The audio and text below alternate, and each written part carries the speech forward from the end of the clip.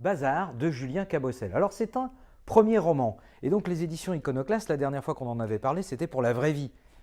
La vraie vie d'Adeline Dieudonné, et on avait effectivement eu Le nez creux. Alors là, Bazar, c'est complètement différent. C'est l'histoire d'un publicitaire qui s'appelle Dominique Chevalier. Et donc, il a cette vie de publicitaire où de temps en temps il a des bonnes idées, comme par exemple cette intuition, le bouquin démarre là-dessus, d'un GPS pour la vie.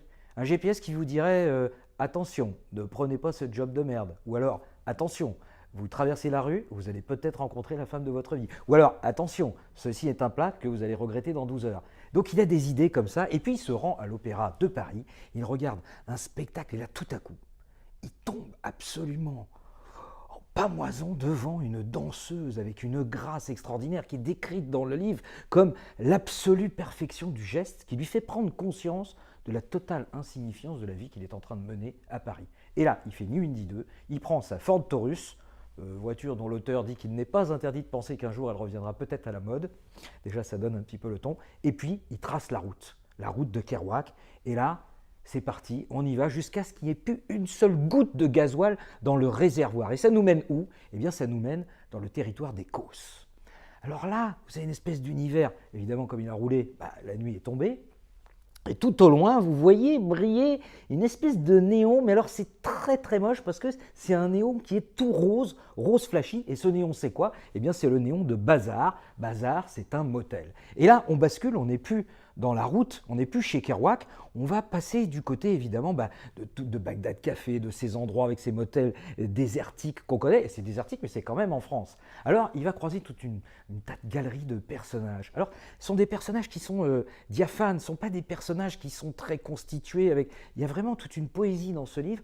On ne sait pas si en fait il est en train de rêver ou s'il est en train de vivre cette escapade. Donc il va rencontrer Stella. Alors Stella, comme son nom l'indique, c'est une étoile filante. C'est en fait une de ses maîtresses. Alors pourquoi il la retrouve là? Et puis qu'est-ce qu'elle fait dans ce bazar? On va croiser aussi un photographe, un vieux photographe dont toute la chambre est tapissée de toutes les œuvres qu'il a faites. Sauf que c'est un photographe qui regrette d'être photographe. C'est un photographe qui dit qu'en fait, la photo mange le présent. Ça veut dire quoi? On dit parfois que les papous ont peur qu'on leur prenne leur âme. Et ce photographe dit pas du tout. C'est pas qu'ils ont peur qu'on leur prenne leur âme, c'est qu'ils ont peur qu'on leur vole une partie de leur vie. Parce que quand vous photographiez, vous mangez le présent. D'ailleurs, vous le savez, lorsque vous photographiez un événement avec vos enfants, etc., vous n'êtes plus du tout en train de vivre l'événement. Vous êtes en train de photographier quelque part. Vous manquez, vous pouvez louper cet événement. Alors certes, vous le reverrez, vous aurez des souvenirs, vous aurez des photos, mais vous n'y serez pas au moment venu. Et ça, c'est merveilleusement bien décrit dans le bouquin. Et puis alors, il y a d'autres personnages. Il y a des réparateurs de panneaux solaires. Il y a Jean qui pilote une espèce de gros camion un peu bizarre dont on apprendra qu'en fait, ce camion, c'est un tracteur. Un tracteur pour faire quoi? Pour faire décoller des planeurs.